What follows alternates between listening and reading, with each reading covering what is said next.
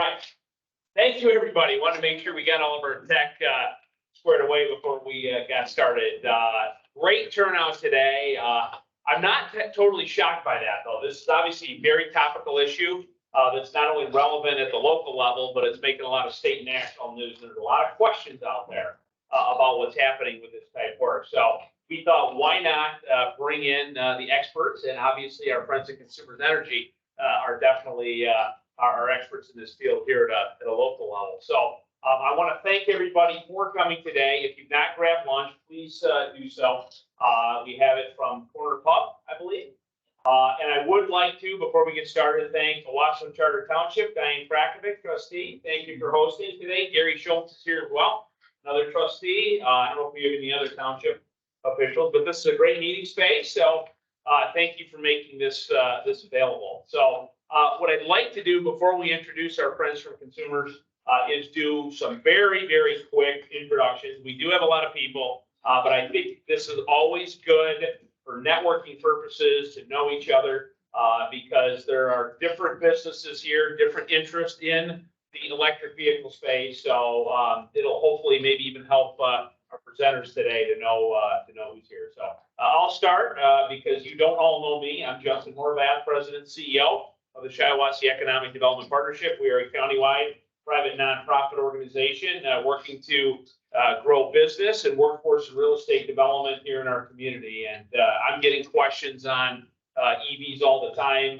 We are seeing business attraction opportunities in this sector from our state economic development friends. So we have to be able to understand what this means from a new business standpoint. So that's something of interest to me. So we're going to start.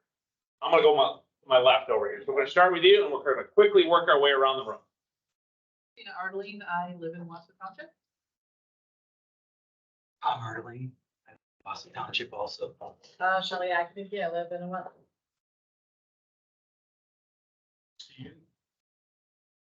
Dale, place master for you and business ideas improved.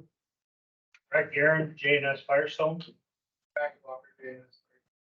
Chuck Robertson. Jay Slingerland, Treasure Valley Grant. Jim Slingerland, thanks. Dale Frank, Shiawassee RESD. Full halfway found plants. I'm interested in the source of electricity. Hi, I'm Jordan Sanderson. I'm from PFC Credit Union. Rich Doherty, Business Idealism Group. Beth Andrews, Perry Township Planning. I'll flip there with Steve. Ron D. House from Covenant Nine. Ken Boyer, the other people institute. Bruce Wilson, I'm Lauren Parker. I work for the Argus, but I'm probably just here for my own education. I drive a Ford C-Max. DNC Occupational Village Department of Corrections. Brian Marks, Great Lakes Company, is also with SEDP and County Planning. I'm Tucker with Cook Family Foundation. Work with Foster Coffee, all pilot recruiting. Halfway from LA motion. Jones, SEDP. Diane Craig, Owasso Charter Township and SEDP. And so I'm here for the Owasso Main Street PDA. Josh Arling, CLH Insurance and Owasso Main Street. Mike Arlen, CLH Insurance and Fire Chief, Owasso Charter Township.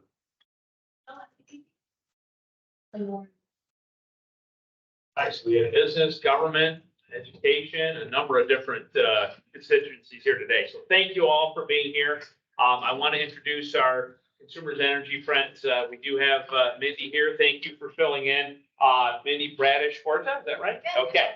So Mindy, many of you know Catherine Burkholder, who is our Community Affairs Manager, does a great job representing Shiawassee. She was not able to be here today, so you're pinch hitting for her. So thank you for coming in. Yeah, and if I could real quick, there's some information on your tables about renewable natural gas. If you have any specific questions, come see me afterwards, or if we have time, we can address them as a group. But otherwise, I'll let Carl have our time today. So Consumers does a lot of good stuff, energy efficiency programs, other things, but we'll move right on to the formal presentation. So Carl Bloss is our keynote speaker today. I'm going to give Carl's bio. You retired from a 25-year engineering career in the chemical industry to focus on your passion of electric vehicles. You've organized electric vehicle events like National Drive Electric Week, started multiple EV social media groups, as well as a YouTube channel related to driving electric. Sold your last gas car in 2018, okay? You own 4 plug-in vehicles, wow. And you've turned your passion into a second career as an EV education and outreach coordinator with consumers. So the goal today from the presentation, as I see here, I want to cover the EV basics on how and where to charge, cost to charge, efficiency compared to gas vehicles. That's the big question I get a lot, gas versus electric, obviously. And then how Consumers Energy can help you get started on your journey to electrified transportation. So with that, Carl, the floor is yours. Okay, thank you. Thank you for having me. I hope everybody can see this. We tried to back this up as much as we can. Do we have all the tech working? Okay. So maybe before I get started with this does anybody have a BlackBerry flip phone? Well, my point is actually technology disruption. So if you look at the picture on the top left, by the way, this is not me. This is from a guy on YouTube, a guy named Tony Seba. You could look that up. New York City, the year 1900. Where's the car? And it's hard to see. It's a bit of an eye chart, but there's one car in here, and the rest is all horses and carriages. 13 years later, similar picture, obviously not exactly the same one. Where's the horse? And basically, there's one. So the point is that even at the last turn of the previous turn of the century, disruption of technology goes very quickly. And moving forward, again, this is a bit of an eye chart. What this is it shows the adoption rate on the y-axis, so from 0 to 100%, and then a time scale. And again, these are hard to read, but it's like the telephone, electricity, cars, fridges, air travel. And the trend is as you get closer to our current timeline, those S curves keep accelerating. So things like air conditioning, HDTV, social media, smartphones, tablets, all this stuff, it comes out in the market and it goes very, very quickly. And what we're seeing is that this is this inflection curve where you have the early adopters, the people that paid, $600 for a VHS machine, things like that. These are over here, and this is what's happening in the EV space. So I was one of those people in 2014.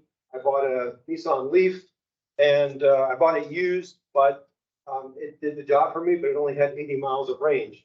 And but now we're getting to the point where this adoption is taking off. We actually just got the data for quarter 1, 2023, but it's not reflecting this chart, and it follows that trend. So it's not linear. It's actually starting to take off. So those of you that are in the car industry, I don't mean to insult your intelligence, but just very, very briefly. So the internal combustion, or what we call ICE, that powers a standard vehicle today, has about 10,000 moving parts. It was developed in the late 1800s, so it's been around for a while. We've really perfected it. We've optimized it pretty much ad nauseum. So we're about at the pinnacle of technology. At this point, we're adding, Bluetooth and Alexa and things like that. But the fundamental technology of combustion really hasn't changed very much. So why do we do it this way? Well, a gallon of gasoline has an immense amount of energy. So it has about 33 kilowatt hours. And to put that in perspective, my house uses about 25 kilowatt hours per day. So if you were to harness that chemical energy from a single gallon of gas, you could, essentially run a house from it. The problem with it is that it's not all usable. So there's a lot of thermodynamics that goes on. My background, again, is chemical engineering. So just because of thermodynamics, a lot of that energy is actually lost in heat. So, part of the reason that you see a big radiator on the front of vehicles is because a combustion engine is essentially turning that fuel into heat and a little bit of work. So really only about 16 to 25, let's say 20-ish% of the energy is actually used to move that vehicle down the road. Whereas a battery electric vehicle is actually very simple. You have very few moving parts. The motor efficiency is about 80%. And so why has this not come up before? Well, actually, it turns out we did have battery electric vehicles in the early 1900s, but the battery technology wasn't very good. If you've ever been to Ludington, there's a bed and breakfast called the Cartier Mansion.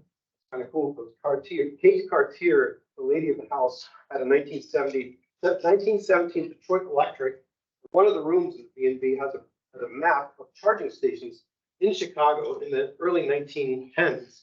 Like, what? Charging stations? Are you kidding me? So that technology was around. The problem was it was lead acid batteries. So today's battery technology, first the nickel metal hydride, and now today the lithium ion polymer and other technologies that are being developed is really what's driving this revolution, because now you have the battery, the energy density to be able to actually go reasonable distances.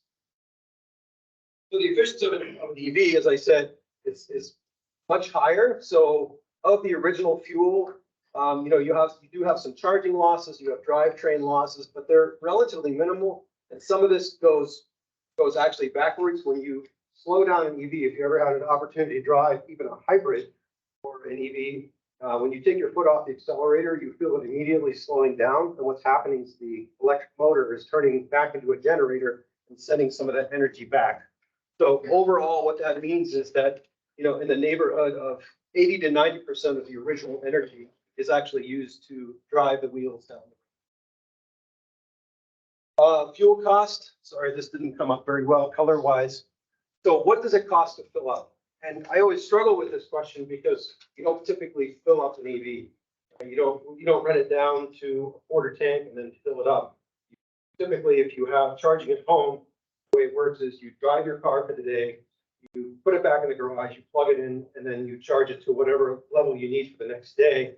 But if we just do an apples to apples comparison of a 250-mile fill up, if you look at, and I made some assumptions here. So 360 a gallon, 25 mpg, energy, and then EV efficiency. This is not a number you would probably know, but this is the typical efficiency of an EV is about 3.5 miles per kilowatt hour.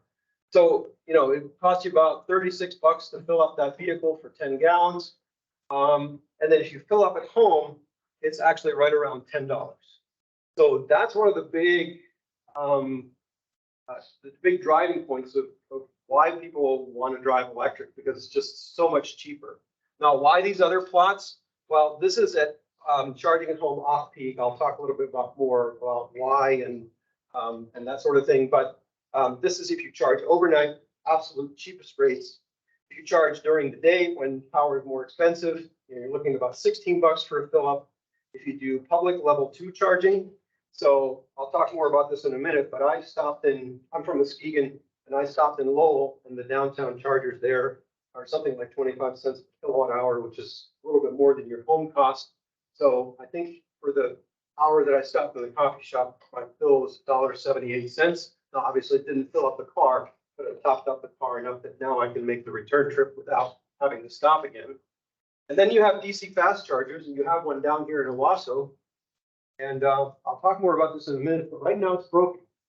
And that's kind of a bummer for me, because I would have actually liked to stop not in Lowell, but stop in Owasso, and spent my $12 on my, bagel and coffee in Owasso rather than in Lowell.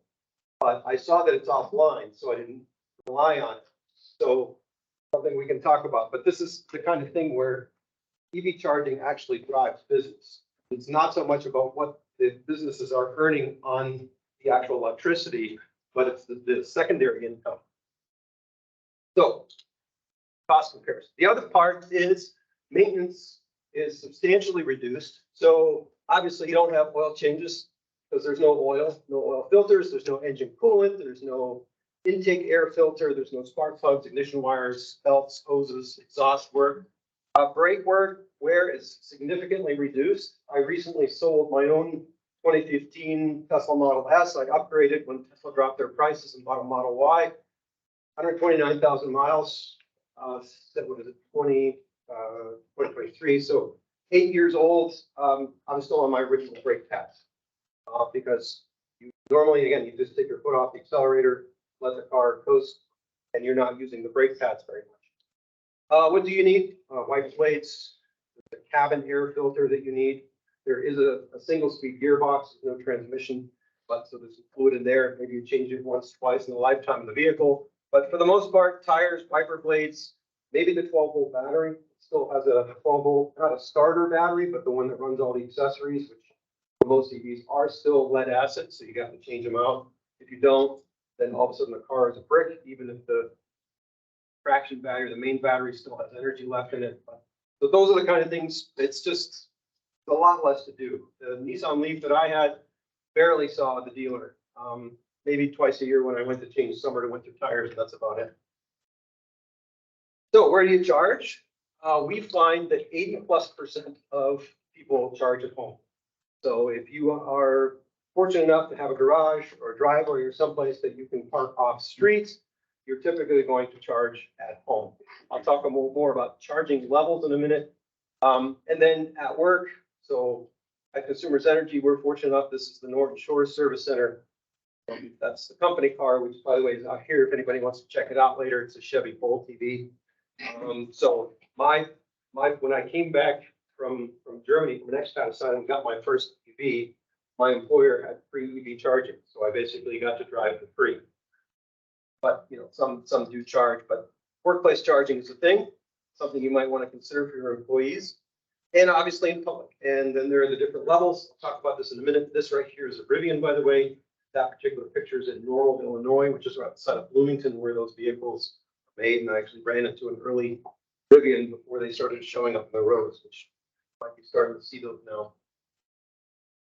So how long does it take to charge? Well, the answer, unfortunately, is it depends. I can't give you a single answer, but it depends on the levels of charging. So we talk about level 1, level 2, and DC fast charging, what some people call level 3. Level 1 is essentially you plug your car into a standard outlet.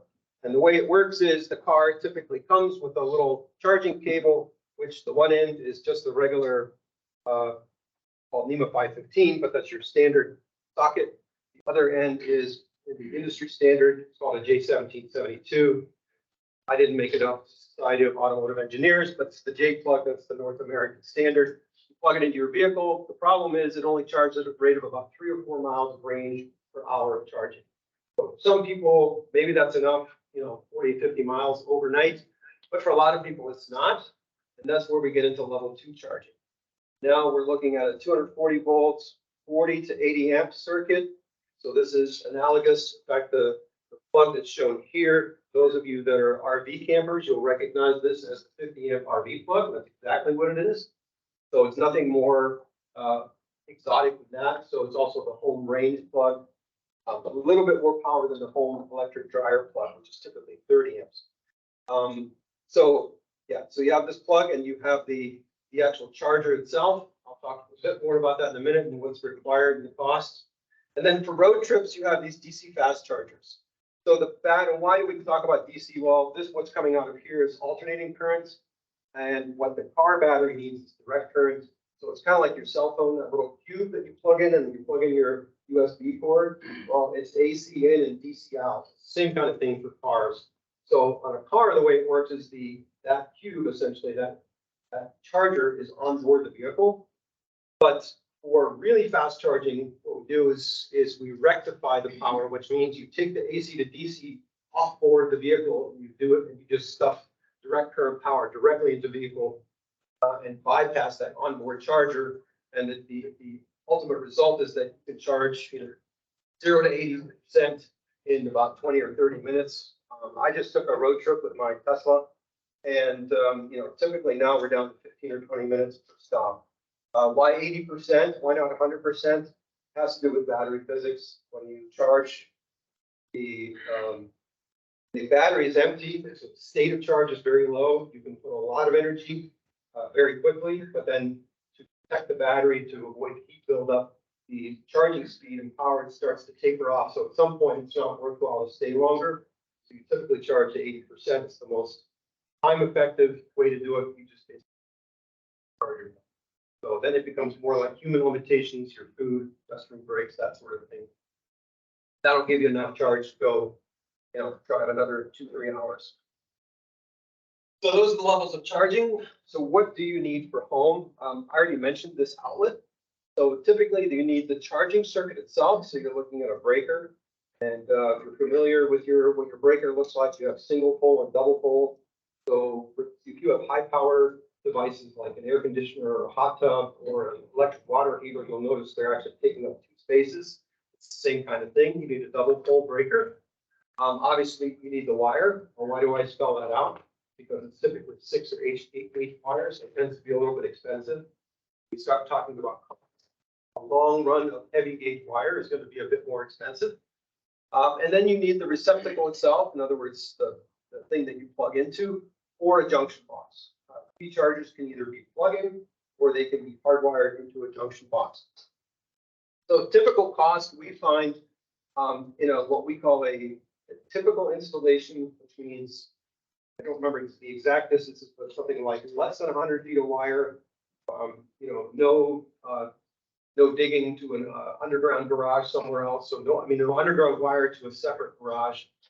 Essentially just going within the house, 100 feet of wire, receptacle, the breaker box. You're looking at about $900 for the installation costs. And then the charger itself, and I put it in quotes because again, the charger technically speaking is on board the vehicle. But a lot of people talk about this box on the wall here as the charger. Strictly speaking, it's called an EVSE, electric vehicle supply equipment. Again, because the charger is on board. And again, that's typically 240 volts, 32, 40 amp. 40 amp has kind of become the standard. So it's a 7 to 10 kilowatt. Typical price for this thing on the wall is about $700. Right now, our programs are set up that we will give our electric customers a $500 rebate towards that. So then your out-of-pocket cost is something like $100, $100 to $200. Sometimes, doesn't matter where you buy. Costco sometimes has these things for $5.95 or something like that. What we are doing is our program is actually moving away from rebating this thing on the wall and rebating the charging circuit. Reason is we initially had data sharing agreements with the networks that those chargers were on. It's not that we wanted a big brother watch what individual people were doing, but we wanted to learn charging behavior. We're beyond that point in our pilot programs now. So what we're going to be doing is getting away from brand specific PDSEs or the chargers. And so if somebody buys a Tesla and they want a Tesla charger, you can do that. We're going to rebate this part of it. So that's going to be happening somewhere in the June timeframe. So it allows a little bit more flexibility. So why isn't everybody driving electric? Well, part of it is still that EVs are a little bit more expensive compared to a comparable combustion vehicle.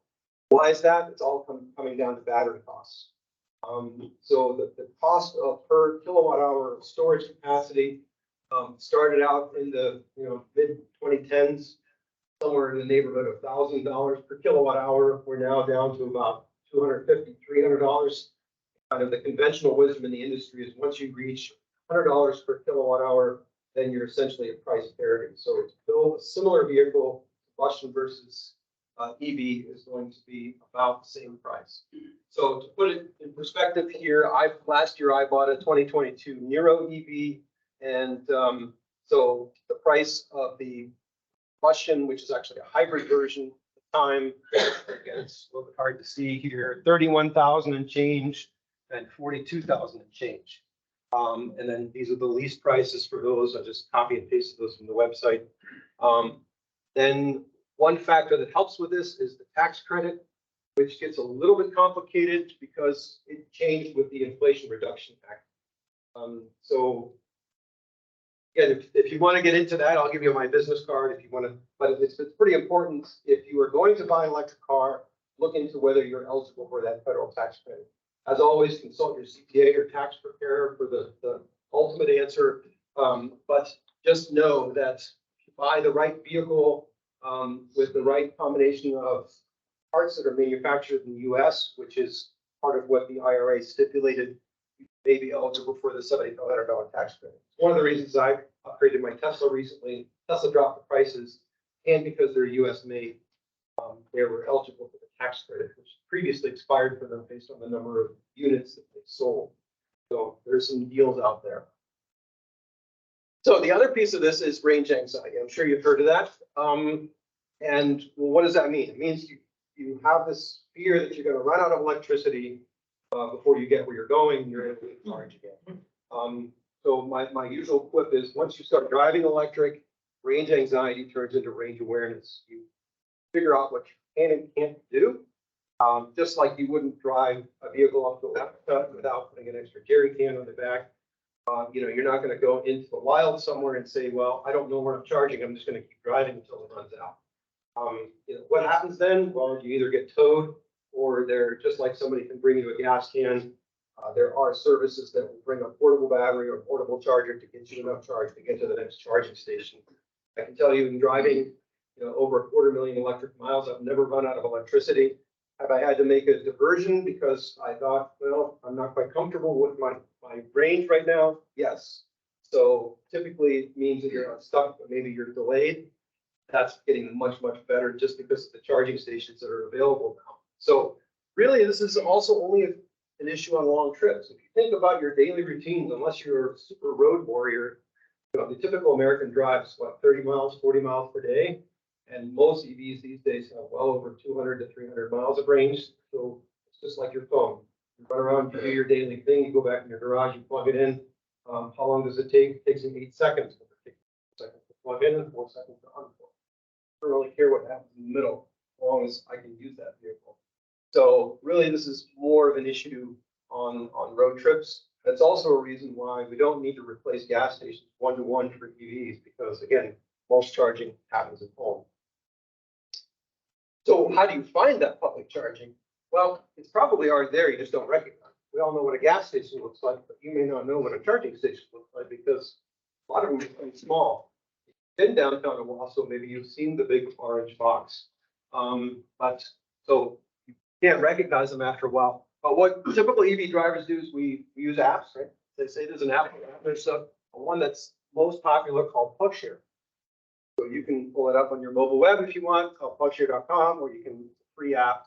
And what it does is every time a new charging station comes online, somebody will put it there. Either the people who are charging hosts, or some EV driver will find a new one that's been installed that wasn't there before.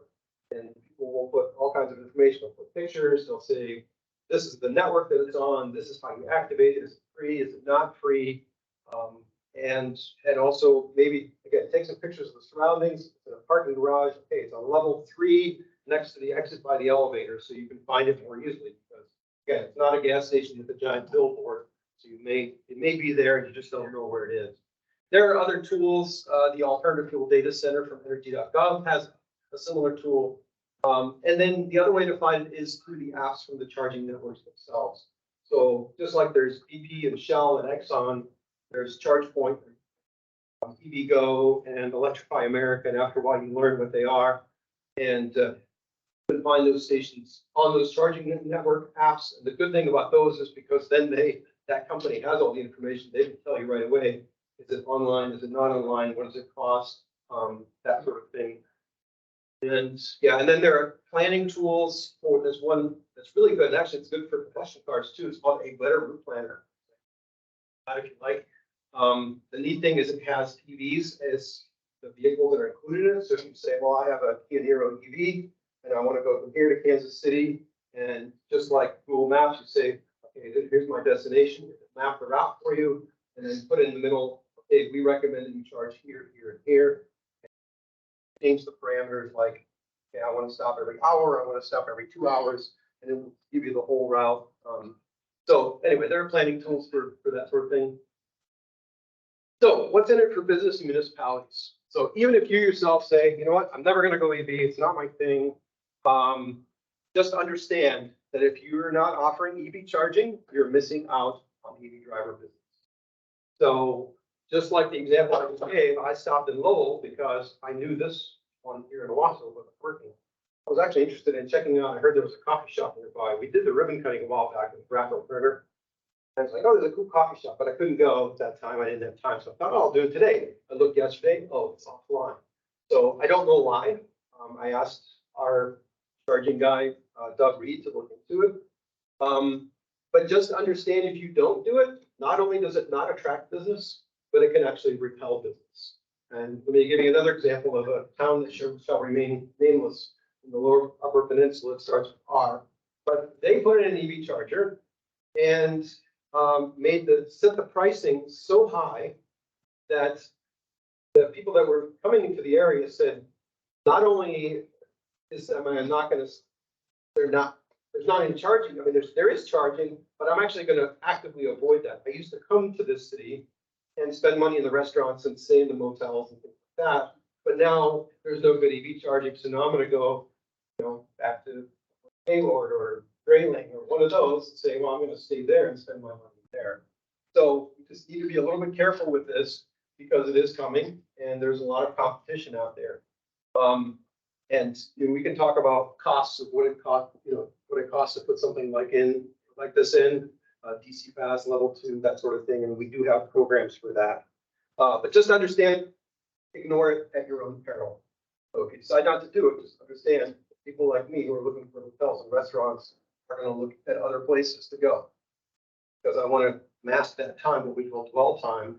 I'm going to sit there for an hour and have a meal. I might as well get my card charged in the process.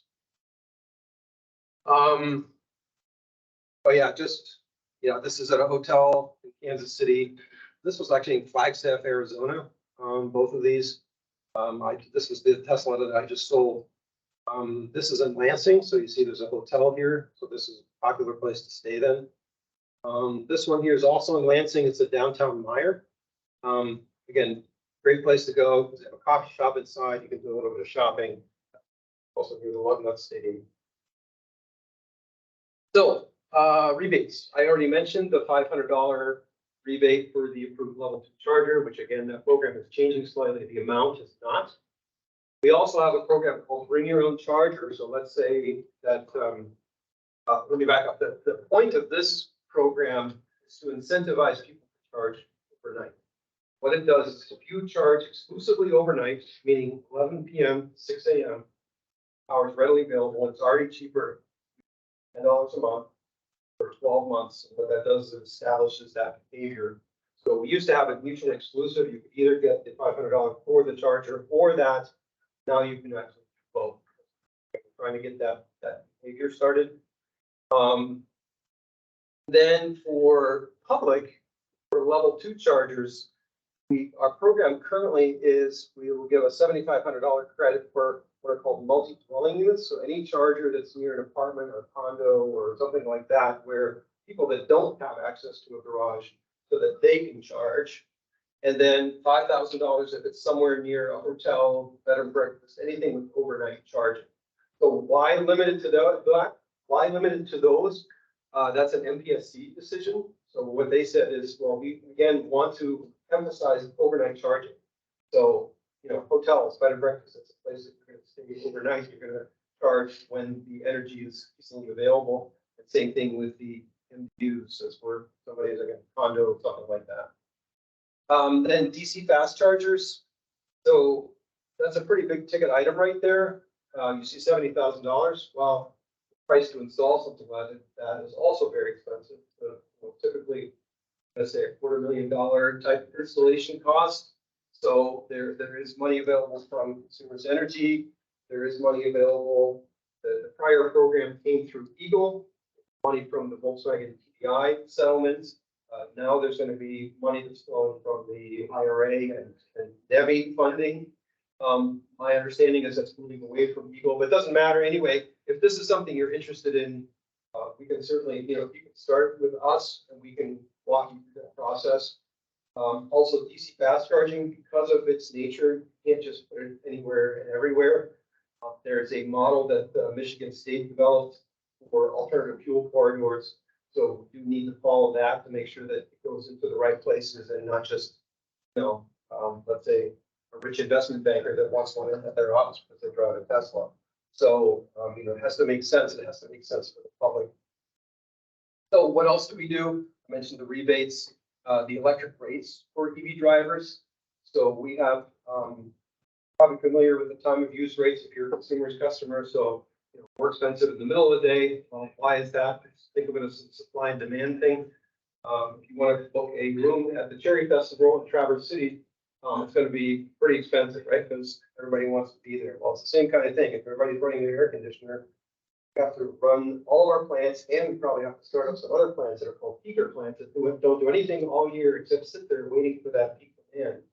Very expensive to maintain that infrastructure.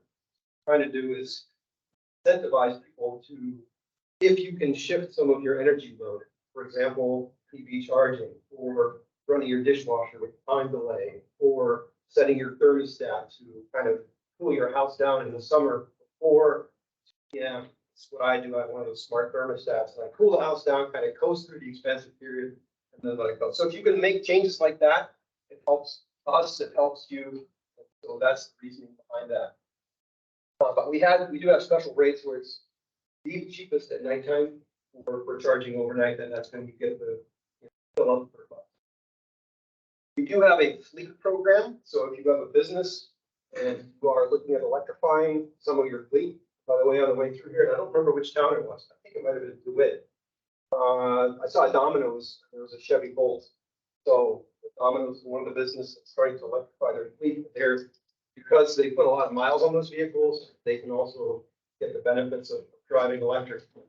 Amazon, Meyer, they're all looking at this sort of thing. But when we say fleets, it can be one vehicle, one charger. If you have a flower shop or a pharmacy, you have one vehicle, we can help you out with rebates for that vehicle, for the vehicle charger, not the vehicle itself.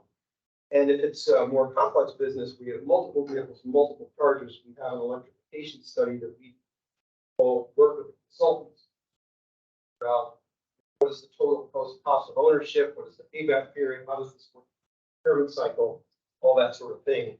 And we cover the cost of that electrification. And then, education, that's kind of what we're doing here today. So again, time of use rates, I mentioned earlier. So this is a typical profile during the day. So beginning of the day, it starts to ramp up. People are starting to take their showers and install an electric water heater or run their hair dryer or run the coffee pot. So the demand starts to go up. And what we don't want is, this is a 24-hour time. So 8 a.m., let's say in the middle of the day here is 1700 hours, 5 p.m.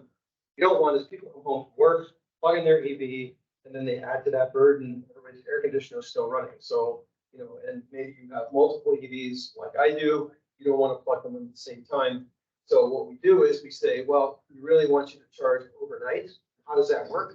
Well, it's all programmable. You don't have to get up at 11 p.m. and plug your car in. Right? Plug it in whenever you get home. Then, there's a timer on it, either on the vehicle or on the charger that says, okay, 11 p.m., let's start charging. You need to charge outside of those hours. You can override that. But by default, you don't even think about it. Just plug it in. 11 p.m. it starts charging. 2 a.m., whenever it's done charging, you don't have to run out and unplug it. The charger doesn't hardly any electricity once it's actually done charging. And then this shows the two vehicles stacked. So this is also a concept called managed charging. There are devices out there now that you can plug multiple vehicles into a single outlet. And one of them is the primary, one of them is the secondary. Vehicles, you could go into a clothes dryer vehicle. So not running your clothes dryer anymore, then it starts charging. So there are some tools like that so that you don't, hopefully can avoid things like panel upgrades, more expensive infrastructure upgrades. So what's next for EVs? So fun fact, I just put this picture in. That's me. That's my electric motorcycle. So I have four EVs in the family, and one of them is my daughter. She's was a college student and until recently, and she has a plug-in hybrid Chevy Bolt. So I have a Tesla Model Y, I have a Kia Niro that I mentioned. Then I have this motorcycle, which is a Zero SRS. Yes, it's quick. It's 0 to 60 in about 3 seconds. It has no gears. So this is a tail of the dragon. If you're a motorcycler, you know what that is. Steele's Gap down in North Carolina. We had a rally there called Electrics at the Dragon, and we're going zipping through the curves, and there are photographers out there, and they'll sell you the pictures of yourself. So, just recently at the Capitol, Polaris brought out their Ranger XP Kinetic, an electric version of their Ranger side-by-side. Same kind of thing. If you have a farm, you don't ever have to go haul gas for this thing. Plug it into an outlet, and then you get another 100+ miles of range. Immense amount of torque. Super fun to drive it through the woods. Have all that clatter. It's super quiet. Same thing with this. by the time I come up with the deer, they're like, what the heck is that thing? I just hear a little whine, right? And so they don't want to jump out in front of me. This thing is kind of cool. I actually have a pre-order on this thing. I don't know if this company is going to make it on the market. It's called Aptera. Aptera. That's, I think, it's their page. It's a super efficient vehicle. It's a three-wheeler. And what's cool about it, because it's so efficient, it's designed essentially with from a wind tunnel. Instead of 3.5 miles per kilowatt hour, 10 miles per kilowatt hour. So it's 3 times more efficient than like a Tesla Model 3. And what that means is with a relatively small battery, you can get 400, 600, 1,000 miles of range. Now, is it for everybody? Are you going to pull a fifth wheel with it? No, but for 2 people and some gear, pretty cool, I think. And the other thing is because it's so efficient, they put solar panels on the top. So on a sunny day, you can get 40 miles of range just by having it sit out in the sun. The other thing that I highlighted here is this concept of vehicle to grid, vehicle to home. You'll see some alphabet soup here, V to G, V to H, vehicle to something. So what does that mean? Well, these vehicles all have a pretty big battery pack.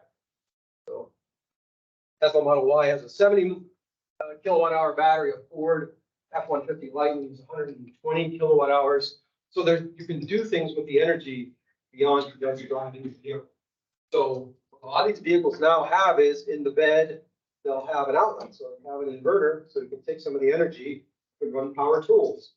You can, we have some colleagues that take them tailgating. So she does what she calls vehicle to waffles. She makes waffles in the Spartan Stadium from the energy from the truck. We've done vehicle to coffee as a demo. You get a coffee maker, you plug it in, but you get it, right? You can also back up your house, power outage. Don't, but you know, you can take some of that energy.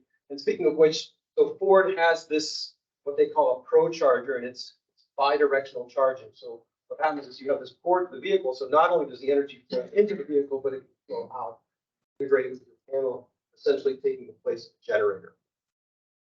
So those are the kind of things you can do. What's neat with EVs because you're not limited to having a big combustion engine in the front and a gas tank in the back. And you know, there's so many possibilities of different vehicle configurations. I think I saw some e-bikes out here, and I think, don't you think that's pretty cool? You got a little thing that looks like the size of a loaf of bread, and that thing will take you 40 miles. Right? I mean, that's amazing. So, I think that's all I have for the main presentation. I'm happy to entertain any questions, and yeah, and if you want to take something offline, I'm happy to give you a business card. You can talk more. Thank you. Yes, ma'am. I have a question and a request. Okay. Question is there such a thing that would connect to a level 3 charger if you've got a vehicle, as I do, that can't normally handle level 3? No, not to. That typically has to be built into the vehicle. So, I mean, for example, my daughter's Chevy Volt plug-in hybrid, it only has the level 2 plug, so it can't take a higher power. And part of the reason is that the battery is so small that it's almost not. So it's extra expense that the manufacturers. Similarly, you know, any internal upgrades on charging technology, if they want you to buy a new car. That's the way it is, unfortunately. I haven't seen anything aftermarket that. Let's talk about being able to purchase a own electric car and how much lower the prices are. Yeah, great point. So as I mentioned, EVs are still relatively expensive, also because it's a relatively new technology. The used market is not that well established. But having said that, you know, if you go on to the typical used car outlets, used car lots, you know, cars.com, Carvana, whatever, you can find some good deals on EVs. There is a provision in the tax credit in the Inflation Reduction Act. I'm probably going to get the amount wrong, but I think it's $2,500. You can also get a tax credit towards a used vehicle, used electric vehicle. There's some stipulations, you have to buy it from a licensed dealer. It has to be less than $25,000 purchase price, that sort of thing. So, but yes, there is a used EV market out there. I don't know if that answers your question. I mean, it is. And then what do you look for in a used EV? And the number one thing is the battery. Then the question is, well, how do you determine what is the state of the battery, degradation, that sort of thing? There are usually tools for that, and there are shops that are starting to pop up. I know in my area, just south of me in Spring Lake, Michigan, there's a hybrid shop. And I think you probably, just like you would back in the old days, have somebody do compression tests, look the car over and things like that. There are ways that you can get the state of the battery and the degradation and that sort of thing. Some of the cars have it built in. The Nissan Leafs used to have a degradation. So there was actually a tool that you could get with an onboard diagnostic. The OBD, the onboard diagnostics dongle with a $10 app, it would let you read some of the specifics of it. So I would say leave it to the professionals, but there are tools out there for DIY folks. The battery is the number one thing on that. You know, it's like anything else you would have, you know, the tires in decent shape. Are the brakes in good shape? One of the things about brakes you want to look at is that through disuse that they're not rusted. So, you know, look at the caliper, you know, have a mechanic look at the calipers, all these sorts of things. Less about the wear as it is about the disuse rust. Yes, In sir. your Tesla, what's it cost? What would it cost to replace the battery pack? Yeah, great question. I don't know because I never had to. And it's not cheap. I'm going to throw a number out there, $20,000. I don't know. But the reality is that you're typically not going to have to do that. So in the lifetime of the vehicle, what we're finding, because it's still a relatively young industry. So the first long-range Tesla rolled off the assembly line somewhere around 2012. We're now 11 years later. So mine was a 2015 with 129,000 miles, and it still had over 90% of its original capacity. The guy that bought it from me, he also probably doesn't expect to have to replace it. Degradation on lithium ion tends to go at it's the most significant at the beginning of the life cycle, and then it kind of tapers off. I mean, you can look up studies on used Teslas are a good one because they've been around for so long. So I don't really have a good answer for you because it's not something that typically happens. But yeah, if you need to do it, it's not cheap. Now that market will probably evolve. I see now that people with early Nissan Leafs are starting to get battery upgrades. And you know, and once you do that, you essentially have a new vehicle. There's not much else that wears on those vehicles. Earl, I have a question. One of the things that's making me personally hesitant about an EV is that I think we're a long way from being there in terms of travel time and having parity with ICEs.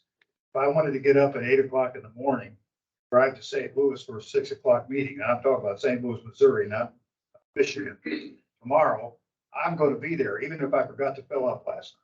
It's not going to be a problem. If you're going to take your EV down there and you forgot to fill up last night, I don't know if you're going to make it. I just don't know.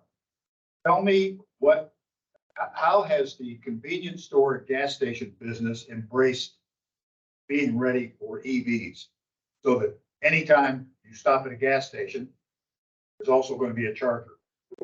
So let me address your first answer first, your first question or comment. Yes, there's more planning involved. Absolutely. So, but I think gone are the days where you needed an hour of charging to an hour of driving. I think now we're to the point where the newer technology, 800-volt batteries, 350 kilowatt chargers, we're now to the point of, you know, again, 15-minute fill up.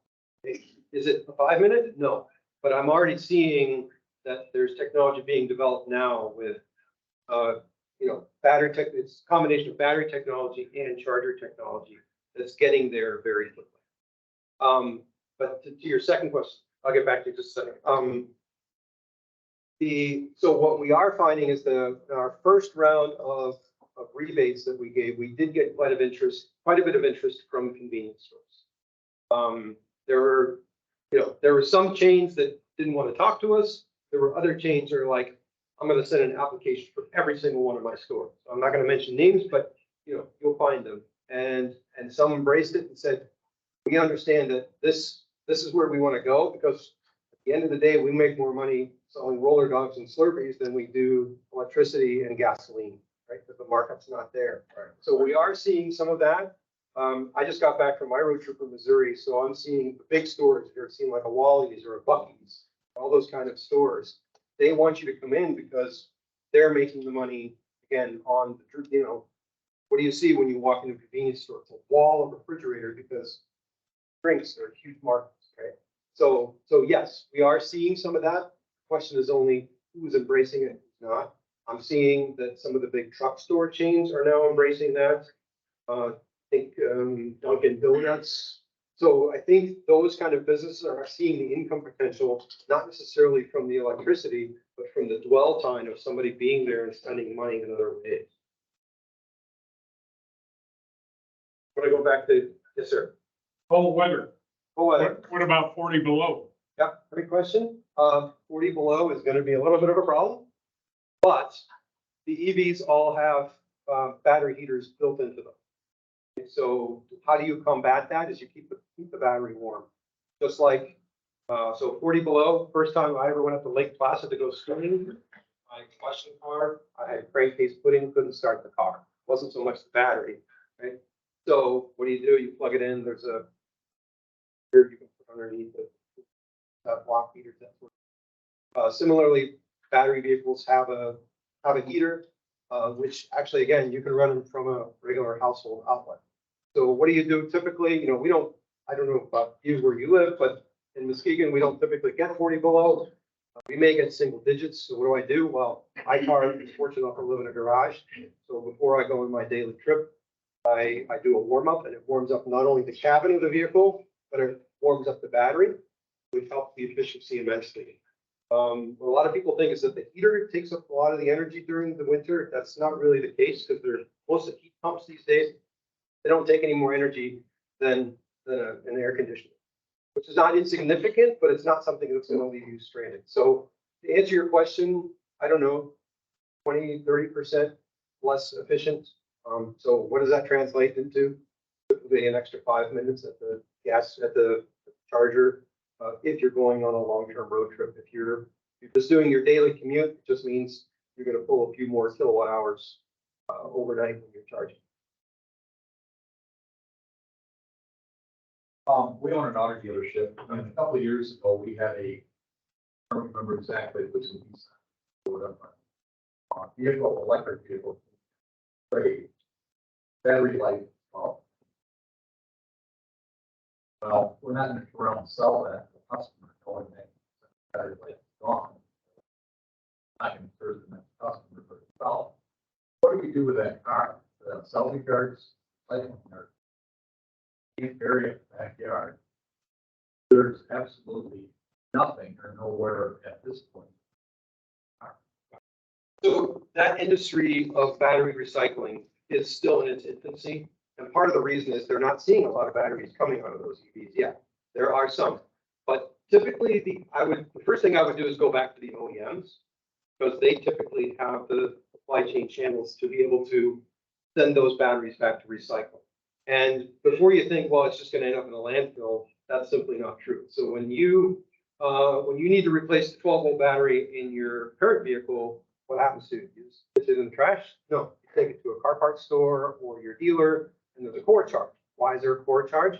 Because the battery recycling industry is interested in getting that lead back, because it's much cheaper for them to get those lead plates with the sulfides on them than it is to go back to the earth and dig out some ore and hand, right? So, well, same thing is happening in the lithium, cobalt, nickel, all that sort of thing. There's a recycling industry that can't wait to get their hands on those things. Right now, at least, it's going to be cheaper than digging those things out of the ground. So yeah, you don't want to sell that vehicle. I would go back to the OEM. To be honest, it's a little bit similar to, you get a vehicle that's got a blown engine or a transmission. You're not going to turn around and sell it either. You need to find a way to either repair it or get rid of it somewhere. Cost of the batteries, replace it. far exceed what the value. That was really good. Second question is, we're required by our manufacturer to pass somewhere between hours upgrading our electrical system.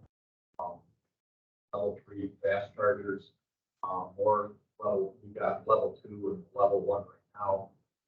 That increase double those and triple them. I've talked to many dealers out there. I've talked to our OEMs. Where is your return on investment?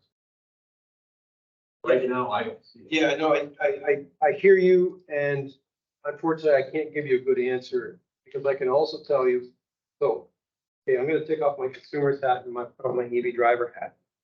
No offense to you, but car dealerships are a terrible place for chargers. Okay, so, and I'm gonna throw my own company under the bus now and say, we put in chargers at our service centers. It's also a terrible place. So I've taken that motorcycle up to Ludington. The only place in town to charge was the consumer service center. Nothing to do nearby. I can't even walk into town, okay? And from a dealership perspective, okay, maybe it's gonna draw in some people during business hours, but are you gonna keep it on after your business closes and you put the chain across the driveway? So that for me, for an EV driver, is not very palatable, and I don't know whether you close at 6 a.m. or 8 a.m. I gotta look it up on Google Maps. Maybe your dealership is next to a McDonald's or something else, maybe it's not. So right now, it's a bit of hit or miss. So my personal opinion is that the OEMs are pushing that a little bit too hard. So, so does it make sense for you to put in a couple of level 2 chargers at the tune of, I don't know, $10,000 or something like that, where somebody, when they're getting their vehicle serviced, they can have it plugged in so that they came further away, they can easily make it back home. Yeah, maybe, and maybe you want to monetize it. Maybe you are next to something. You have a car dealership. I've traveled across country and there was a car dealership that had one, and it was 25 cents per kilowatt hour next to a hotel. Yeah, I'm going to plug in there and you're going to make a little bit of money on it and maybe be able to recover the money on that infrastructure. But I'm not going to tell you right now that you have, that there's a business case for that right now, particularly DC fast chargers. Now, is there a way for you to potentially monetize that? Yeah. So when you start thinking about pricing, that's one thing to look at. Don't price yourself out of the market, but at the same time, make it welcoming to the EV community so that maybe somebody does go there and spend, you know, $20, $30, $40 on electricity that would have cost them $10 a call. So there's that. The other thing is, you know, can you get involved in charging fleets? One of the things that we tell our fleet customers is, we're going to give you one level of rebates if you keep your charger behind the fence line for yourself. We're going to give you a higher rebate if you put it outside, available to the public during certain hours. We get it. Your fleet comes first. Because at the end of the day, the money comes from our ratepayers. We want to make sure it's for everybody. So there are ways to monetize that. There's also something called idle fees, which is when an EV driver is done charging, the car isn't charging anymore. Make sure you hit them hard with idle fees. Nothing ticks me off more is coming to a charger where a car is fully charged or plugged in, cable locked onto the car, and I can't charge because some yahoo decided they were going to drive off or run off and do something else and get drunk. But so there are ways to do it, but I'm not going to sit here and tell you that, you know, that it's the end all be all and this is your next profit center. You know, do it the smartest way you can. If there's a way for you to leverage some of our funding, you know, if you are next to a hotel or a B&B or a multi-dwelling unit, you could make that argument. They are, yeah. And again, I think, yeah, it's, and again, no offense to the car dealers, but if you're a car dealer that's 5 miles outside of town, that's not the place that I want to go as an EV driver. It doesn't really make sense. Sorry. I want to be aware of everybody's timeline. This is the only thing I'm doing today, but that's not the case for you. Keep going. Okay. All right. 106. Okay, I'll go over here. Sorry. Thank you. I came here today to learn because I really don't know much of anything about all of this, quite honestly, and now it's, you know, like bananas, we have to educate It's a ourselves. lot. That's So why I do what I do. I drive a four-door gas guzzling Dodge Ram truck. It's new. I love it. We plan to keep it. We've raised a large family. We've always had the larger vehicles. We are big into camping. We just bought a new camper. Is there even anything out there that I could load up my 6 grandkids like this and my camper and go? Not yet. How far out It's is that? coming. About the only thing that I could think of is something like the Rivian R1S with. Oh, that's right. Is it the 9? 7 or the 9? It's a big 3-row SUV. Thank you. I forgot about that one. So they're starting to come because they're on the truck platforms. So for practicality reasons, EV started as small vehicles. You know, and I'll admit the Nissan Leaf is about as ugly as you can get. I always thought it looked like a car. But it was super practical. And now they're getting more practical. You're starting to see the trucks. You can tow with them. Does it impact your range? Absolutely. Just towed that motorcycle 2,200 miles. And, you know, my range went down by probably 25, 30%. I have to charge more often. And similarly, you're going to be buying more gas. You know, the number of rows of seats, yes, it's coming. 3 rows of seats, lots of space. And by the way, don't forget to look under the, what's traditionally the hood. The front. You ever look under the F-150 Lightning? There's a cavernous space there that's Ford in its wisdom and knowing their customer base. They rubber lined it, put a drain plug at the bottom so you can use it as a cooler. Go tailgating, you throw a bag of ice, you throw all your drinks there. When you're done, you pull the plug and it drains. So there's a lot of space in those vehicles. They have roof racks, they have towing capability. Am I going to tell you that you can now replace your dually pulling your fifth wheel, going up to the UP with 1 tank of fuel? No, it's not on the market. So what I usually say is look at your use case. What are all the things that you expect it to do? And then if that vehicle is not on the market, then by all means, replace it with another Ram or whatever is on the market today. Not everything is going to cover all of those needs. Like I don't own a moving van, but every once in a while I need to rent one. I don't own a minivan anymore. Did when my kids were little. Now every once in a while I need to transport 6 adults. I'll rent a gas minivan. Hey, can't tell anybody what to do, but to me, there's no shame in that. You do what's practical, right tool for the right job. But if I'm just running around town, you know, should I be driving a so that gets 10 miles to the gallon to get a gallon of milk? I don't know. To me, it's not the right tool, but it's the only thing you got, and so be it. I utilize it in my everyday work too. Yeah, and then stick with it. I mean, that's fine. Again, I'm not gonna judge by any means. Thank you. I just. Yeah, it's Just trying to. use the right tool for the right job, and you'll start to see that, you know, this, again, 10 years ago, a 2013 Nissan Leaf was the pinnacle of technology with 80 miles of range, right? Where are we at now? The top vehicle that I see, other than something experimental like the Aptera Lucid Air, has 520 miles of range. So not a cheap car, but then neither was the first DVD player. So those things are going to start to come. They're just not necessarily on the market. One thing you might want to consider, and I didn't talk about it in the main presentation, but it's something called the plug-in hybrid. I don't know if you're familiar with that. I know that the cheap folks are going to know this because you get the 4xe, right? So what this is, so backing up, what a hybrid vehicle is you have an electric motor driving the wheels, have a little battery in there, and then you have a combustion engine that does nothing else but generate electricity to fill up that battery as a buffer. And it's just super efficient the way it works. Well, the next step in that is that you, what's called a plug-in hybrid. So what they do is they make that traction battery, the thing that drives the wheels, a little bit bigger, a little more capacity, and now you can plug it in. They put a charging mechanism into it. So now you can drive that vehicle 20, 30, 40, whatever the capacity of the battery is, miles. So if that's your normal commute, you can drive electric essentially, get the benefits of that 3-to-1 price difference. But when you want to take a road trip, you put gas in it, and then the combustion engine still knows what it does. Right? And that's, again, that's my daughter has a 2015 Chevy Volt. I wasn't going to buy her a $50,000 Tesla. So we bought a used Volt for her as a college student. Running back and forth 20 miles. The year we got it for her, she went from August to November and never bought gas. I got a frantic phone call from her and said, Dad, I don't know how to get gas. You only ever plugged it in. Used to. So plug-in hybrids, they're out there. It's a good transition technology. The one thing you gotta be aware of is they're relatively complex, right? Now you have a combustion engine and an electric drivetrain and the charging system and all that. The manufacturers are pretty good about making those robust, the drivetrain. So kudos to GM. They really did a good job with that, put a good warranty on that. So those things are out there. Those are also like, right now there's no battery electric minivan, but there's the Pacifica hybrid is a plug-in hybrid. There are others out there that may fit you.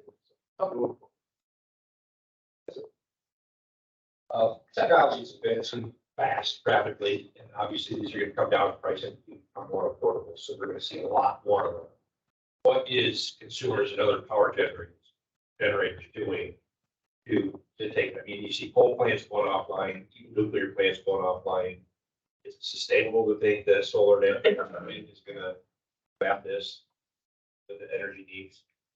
Yeah, great question. So we have an entire team called Integrated Resource Planning that do nothing else but study those scenarios. So, you've probably seen, we do want to migrate away from coal. By the way, one of my first jobs working in a coal plant in Charleston, West Virginia. And I can tell you it's not all that pretty, right? Because it's hidden, just like meat packing plants are hidden. We don't really see what goes on, how sausage is made. But anyway, yes, we are moving more towards renewables. One of the things that has to come into the picture there is something that can load follow. So for us, we're using natural gas as a transition tool. But then as we get more into renewables, which also, as you know, are intermittent, sun doesn't shine, wind doesn't blow. Storage technology, the vehicle to grid, what I talked about at some point, those of us that have EVs, maybe we want to give up 10% of our capacity to be able to put that back on the grid. Whoever driven up towards Ludington, familiar Ludington pump storage, basically a giant reservoir, a water battery, if you will, that when all those wind turbines that are in that area, when they're generating more electricity than the local folks can use, pump water out of Lake Michigan up into that reservoir, need the electricity, they pump it back down. So overall, I mean, we want to Google consumers energy plan that looks at, I think I have a screenshot somewhere that's not going to tell you everything. This right here, yeah, it's again an eye chart.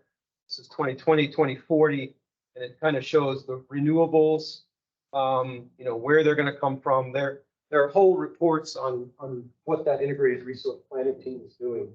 And I couldn't presume to explain all that because I'm not an expert in that. But I feel pretty good that there are smart people looking at this. Other thing to consider is that the amount of energy required to drive these is not as big as people think. About the 1960s, 70s, when air conditioners first became a thing, there was also a huge demand spike. People started running air conditioners during the day. And my recollection is, and don't quote me on this, but it was like 20 or 30% increase in demand. That's about what we're looking at. Even though I showed, an inflection curve of adoption, the reality is it still doesn't happen that fast. So that's something that we react to as we go forward. Those kind of resource planning folks, I mean, that's what they do. They work every day of the year. They don't write a report and go home for 12 months. They look at those kind of industry trends all the time. There are so many concerns about EVs, and assuming that all of those concerns can be overcome, still one red line that I can't cross. That is that the vast majority of the world lithium is mined using slavery. And I can't do it. Understood. Yeah, and materials is a huge issue. The one thing to remember is that we're talking about lithium today, but that technology also is only, 10, 20 years old. One of the promising technologies coming down the line is sodium batteries, aluminum air batteries. There are solid state batteries that use mostly carbon. So, I'm not going to presume to guess the future technology. I understand your concern. I know there are huge deposits in China that again, that's a concern. However, one of the biggest sources of lithium is actually seawater. So, and I read a paper not too long ago that there are methods for extracting lithium from seawater. In fact, that's how a lot of the, if you look at like Bolivia, those places, how do they get lithium? They basically have giant pools of water. They bring in some water from the ocean, let it evaporate, get the salt, all that other sort of thing out. But it's not being done right now. It's not being The done. lithium that we're buying right now. Understood, but then you also have to look at your own pocket. You have a cell phone, you have laptops. So, I mean, we're all complicit in this, right? And, you know, there are other, number one use of platinum is in catalytic converters. And that's not exactly conflict free. So, you know, Luddites and only walk and ride bicycles. And by the way, it comes from somewhere, right? Comes from the UP or something. But you know, we have to look in the mirror a little. If you look at anything that we do as humans, we have an environmental impact, right? You know, there are going to be. Just be careful of the information that you read. Is all I can say. Well, You know, as they say, And actually, I know a lot of what's going on personally. And, it is tragic. People who know me, Batteries don't are remember everywhere, exactly so, either. I mean, I don't buy lithium battery. well, you do. I know, there is one in the area. So it's about anything. And I hate it, really do. Those are the conscious choices that we have to make. Quick question, or I guess comment. So last year, was the biggest EV sales year. Barely under 7, or thereabout. Food, veg. Majority of these sales are taking place. Charging stations, larger cities. At our store, we sold less than 20. Event most popular, not against it. Be driven by the public. There's a lot of great things about them, fast, they're fun to drive, things like that. But because of the lack of sales, seeing companies like Toyota, like GM, further developing hydrogen or hydrogen fuel cells. That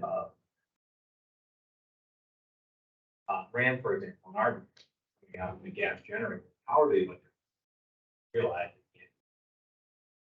Yeah, that's essentially the point. Yeah, but it's just not, yeah, anyway, I think the concern is that this is that people are looking at alternative fuel sources because. It's question I have for you is this: in the event that this trend or this where we're moving to doesn't, the long-term effects on the rest of the tank are almost normal electric usage. If consumers look at that, or if they look at only developing this technology most needed on highway circuits or other things, as come across as a fell swoop everywhere. Okay, again, the demand's not there. Does everyone in this community pay for that? If less than 1%, 3%, whatever the number is actually. Well, I mean, you have to look at who is actually paying for the infrastructure. I mean, part of the reason that we're involved is because we did go to the MPSC and say, well, this is a technology we'd like to pursue. If it's altering, then we go back to the MPSC and they're going to say, no, you don't get any more money for that, right? Great case. Let me back up though. You mentioned hydrogen, and I know it floats around a lot now. Chemical engineer, so I get a little bit uptight about this because to extract hydrogen, and by the way, hydrogen is not really a fuel, it's a storage mechanism. No wells of hydrogen somewhere that you actually have to make it. How is it made today? From fossil fuels. Something called the water shift reaction. You take Coke, so carbon monoxide, you react it with water, you suck that oxygen off, you make CO2, and you're left with hydrogen. You're back to fossil fuels, and it takes an immense amount of energy on top of the fact that chemically you're producing CO2. And then the next problem is once you have it, you need to refine it because it's never going to be a perfect reaction. So you need to separate. That takes a lot of energy. So there are people that have done this sort of thing. So for direct charging an EV, the amount of energy that you put in, you get 73% out. For hydrogen, you get 22% out. Because it's just the way it works. And you can look at all those steps, but again, you have to react it, you have to put energy into it. Because that bond, oxygen hydrogen, is extremely stable. It's great, that takes a lot of energy. Pull them apart. You combine them in a fuel cell, it makes a lot of energy again. But again, you're not making the energy. We know you can't create or destroy energy, you can only convert it.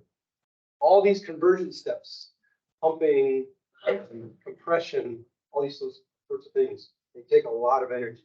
So hydrogen has a spot, in my personal opinion, in the future greener economy, but we got to do it the right way. Is it going to be the answer for personal transportation? Probably not. I think you're going to see a whole energy device from Back to the Future, where you put a little cartridge of H2 in there. But from a thermodynamic standpoint, it doesn't happen. But back to your question about who's paying for the infrastructure. Yeah, I mean, I don't have all the answers either, but right now, I mean, yes, some of it's being promoted through government funding. Some of it's being promoted through our funding. But right now that seems to be the technology. That's the direction we're going in. If there's something better, if somebody comes up with the Mr. Fusion Home Energy device, then I think we do need to kickstart some of that technology. So, it is a guessing game. I don't have all the answers either. But typically there does need to be some subsidy to get things going, and then hopefully it'll be self-sustaining. I mean, to this day, the fossil fuel industry still gets something. So, is that the right thing to do?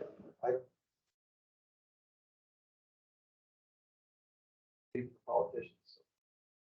Sorry, I didn't give you a straight answer or a complete answer. Ask Justin a question. So, this whole thing is an impressive story of American technology of figuring out a solution to a problem that you're chatting with economic development people. What Michigan, America, Michigan, Shiawassee County, trying to capitalize on the industry that's around there. What's the potential or the industry is or Well, it's definitely clear, particularly the state economic development level, that they're trying to win this investment. This is a highly competitive, industry right now. There's a lot of capital that's flowing. We've lost projects to other states, other countries. So the state has put a lot of money on the table to incentivize these projects. Michigan, in general, makes a lot of sense simply because of our history with the automotive industry, from an engineering standpoint, from a labor standpoint. I mean, we're still the best manufacturing state in America. And so there's a value in that. I think part of it from my profession and my own personal viewpoint is just being able to understand. I've learned a lot today, obviously, because we don't have anything like this yet today. As I mentioned earlier, there are leads coming in state weekly for opportunities that are very much related to battery and EV. There's some other things related to semiconductors. So I think there's been a lot of announcements in Michigan. There are more projects out there. There's a lot of politics, not just with technology itself, but who those global partners are. We hear that a lot too. You've heard that come up statewide. The connection with China is a great concern politically. So we're at the end of the day, it has to make business sense. And I will say from our standpoint, geographically, we have a strong history in automotive. We have, access to labor, things like that. It makes sense that something like this would want to look at our area for production for Shiawassee County. So, I do think there is a very strong possibility that a project could come from an idea or a lead to something that could be considered for Shiawassee County. So we don't have anything there yet today. But I do think, one of the things to be critical, if something comes forward or if we have an actual prospect that's actively looking at citing something in this county, education is gonna be key, because, I mean, this is a, you know, let's say a fairly friendly, you have a mix of people in here today that are supportive of this, that are against this.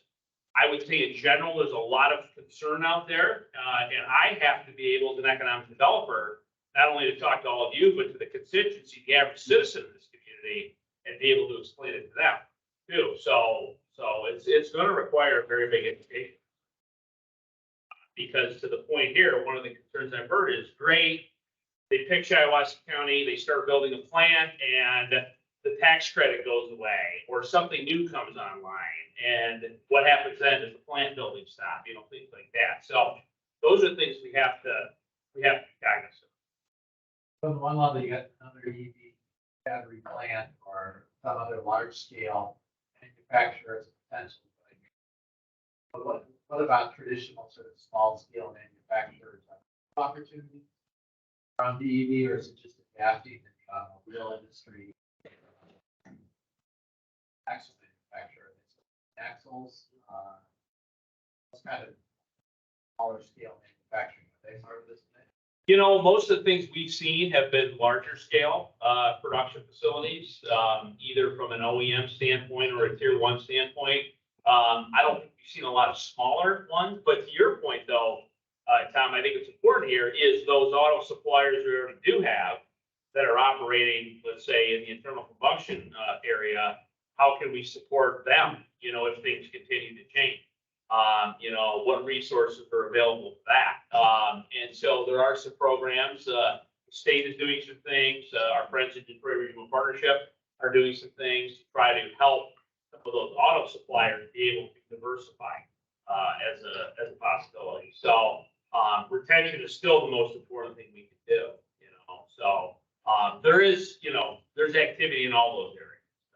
We don't see a lot of what I would call startup activity. So you have traction, you have retention, expansion, you have startup activity. This is obviously not a hub for that type of technology here. I mean, that stuff probably is more in an open county or things like that. But Some of those startups, somewhere scale. they could, you know, and some of them we've seen are Michigan based. Some of them are American based. Obviously, there's international ones. I mean, we've seen opportunities, quite honestly, from all over the world. You know, we've seen things from South Korea, which is not China. They're an American ally. So, you know, we do live in a global economy, but, you know, Michigan is still generating a lot of opportunity. And I said it earlier, other states are going very hard after this. The big reason why the State Economic Development Organization is putting so much money behind this, quite honestly, is because of a deal they lost to the state of Tennessee. So they created these dollar funds, these big money funds in Lansing, to be able to try to support these projects. And that's what they're doing. When you hear, you know, this project's getting this much money, this incentive money, you know, it's coming from that. Now, that's another debate, obviously, is incentives, right? Because from a private investment standpoint, if it makes true economic sense, do you need all of these incentives to justify that level of investment? That's a very legitimate concern. As long as everybody else plays the game, have to figure it out. That is it. I mean, and this is not just EV space. This is any space. What we don't realize, and I live it every day, so I know this intrinsically, you would probably be amazed what other states, not countries, but what other states are putting on the table to steal business away from Michigan. Some companies in this room have gotten offers from other states to move forward there. I know that. I know a few of you. So that's the challenge is we could sort of disarm incentive wise, but we'll lose projects to other states, not other countries. The other thing to think about is you think, well, that's money down the drain. But understand that there's typically a trickle down effect of, or actually a multiplier effect, is probably a better way to look at it for jobs in those industries. So when I was in the chemical industry, I think the number we used to use is for every chemical operator or engineer job, there would be 6 or 7 other jobs that are associated with that because people relocate there. Then they go and buy groceries, cars and houses and insurance hand in hand, right? So, you know, there are the political aspects of it, there's the, you know, low-cost country links, those are legitimate concerns, absolutely. But I would say, you know, if you do have an opportunity and you're in a competitive environment with other states, don't ignore those incentives, particularly if you can leverage them on a state basis. But one thing I got on this, and this is something we're very clear about, particularly when promoting our potential super site down in Vernon Township in Durant. This is a highly competitive environment right now. The issue, what I have seen as an economic developer, and I get it on a core level, a lot of these companies are very secretive as they try to move into these communities and invest dollars. They're not being transparent with the community. And I get it in part because they're in a globally competitive environment. They're all trying to race right now to have the best technology in this growing market. That's not going to fly here politically. You know, if whoever it is, if we have let's say a battery manufacturer and OEM, they're going to have to be right out front. Just like you're doing with this group, I foresee they're literally going to have to show up to community meetings in Shiawassee County and say, this is who we are, this is our technology, this is what we're going to do, this is where our stuff's coming from. A lot of businesses don't want to reveal that, but if you want to win public support, you're going to have to, at least in this community. So that's what I'm telling people. I've told people in the Durant Vernon Township area, I'm telling you, I think that's true. So, will they be willing to do that? I don't know. But I don't, if they want to be secretive and not talk about who they're doing business with, I don't think that's the company for us. Should ask this question. And also, like, what happens, again, coming from the chemical industry, what happens with the waste streams, where they go, right? We've all seen Aaron Brockovich, that sort of thing. In the chemical industry, I know it's much better than but, you know, and ask those questions, hey, you know, what's happening with your wastewater effluent? What's happening with those waste streams? There are modern solutions for all those things, but make sure they do it the right way.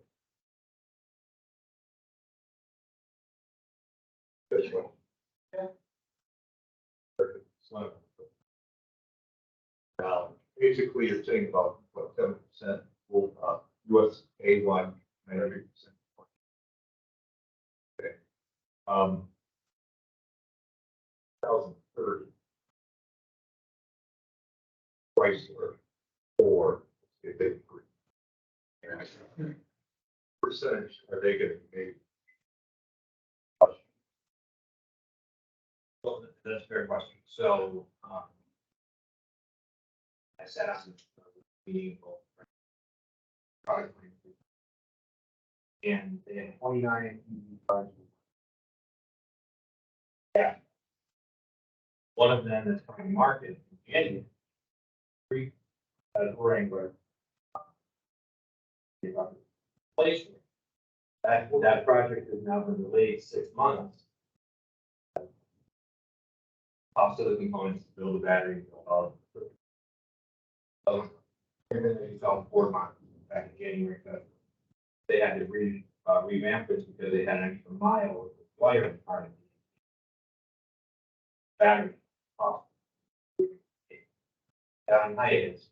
Now back in. Rivian. $124,000 per pump. $256,000 per pump. This is all from Bloomberg. You went to the MAD meeting, but Yeah.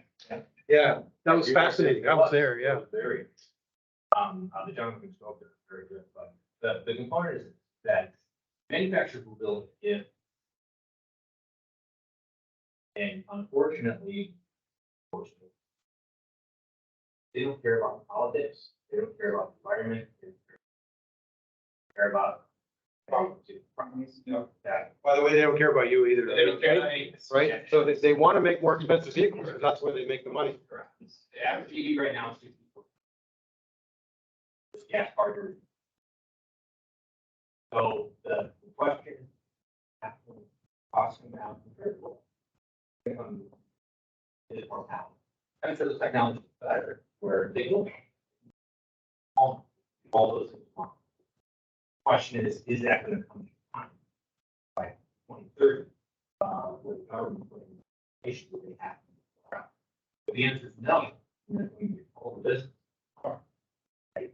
Because there's an awful lot of 2006. The max battery components are telling us. Right after that, they start to lose some charge. They'll die. Everyone down.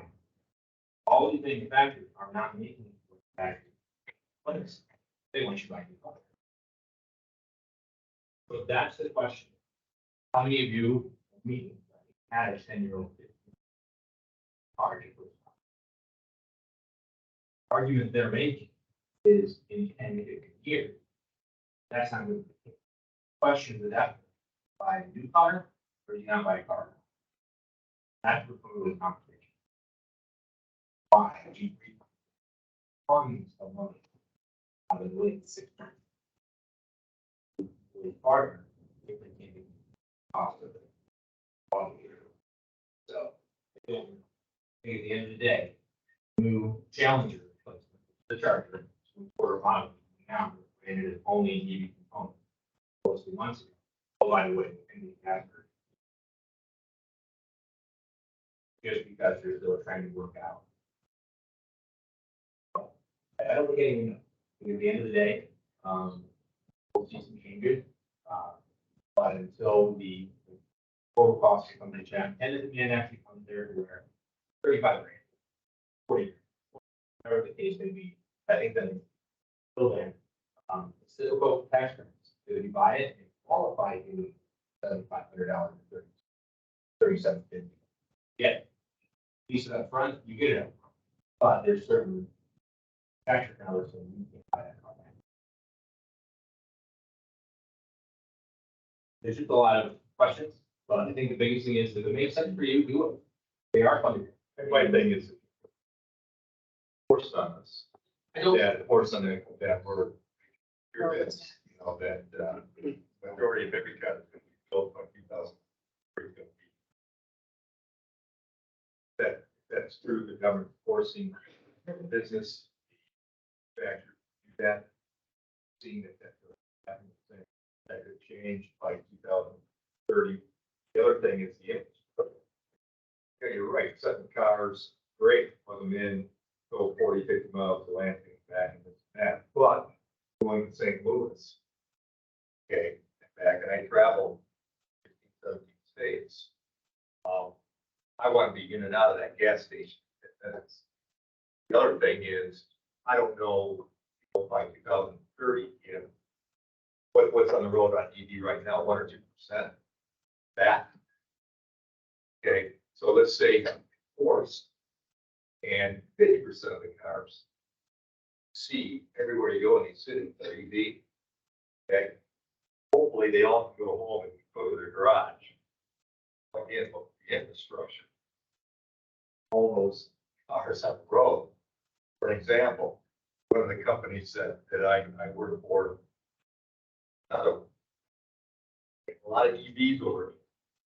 So on holiday, they were in line going to Switzerland. You know, and every single, you could see it on the map. These plugins were 3 hours backed up. 3 hours backed up. So I don't know if I don't know. I lived in Germany and during the holidays, by the way, the same thing happens with the gas. So And the highway structures that close to what they already have. So, but my main question is that, you know, combustion engines, these are really gonna be Chrysler, Ford, GM, 80%, 90% of their product really gonna be all EV by 2030. I think the answer is no. Chrysler, who are developing new. They're spending light those. So this is how we're all required starting next year by no more gas. Starting 20. It will take 50 all the gas in. So I like buildings, yeah. Oh, today, but will still be gas. Well, we're gonna have fossil fuel. Our tractor, et cetera, so it's not going away, but being heavily. Last thing, Rob, we'll look up the statistics. They make, you might need nothing at all. Population. 7 years old. That age group, 24% of that age group.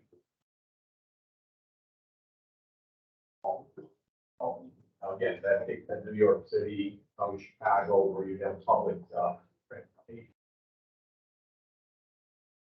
That's kind of one statistic. I didn't wait till I got there. I was like, I was driving at 13 and 14, but legally it's 60. And that was, I look forward to that. So, yeah, it was 29 cents. Yeah. So Rob, one other thing to keep cars on the road, to answer your question. Longevity. This is completely backwards. But what they're looking at right now is not having a PHEV with a gas engine actually power the wheels, or, you know, the actual wheels. Only a very small gas generator. Power that, and the long. Instead of having a gas engine, so battery can charge your car. Now with a gas engine, power battery, power your car. To put a gas. Right, and that's their solution for any line. Right, a ramp has it, a ramp won't have it. Yeah, so that's actually their temporary, until, actually fuel cells fully developed. Yeah, but it falls into a loophole because it's not under the same EPA standard, because gas engine doesn't power the car. That's the loophole. I don't know how it works, but So let me just wrap up one thing. So if you're looking into transportation electrification, you don't know where to start, please consider that, reach out to us as a utility. We can help move you in the right direction. But if it's not something you're interested in, we certainly understand that, but we'll be here, we'll be powering that future. Thank you. Thank you, Carl. You have cards or? Yeah, Carl. Thank you. Yeah, right here with these cards up here. Thank you, everybody. Yeah, I'm sorry. Yeah.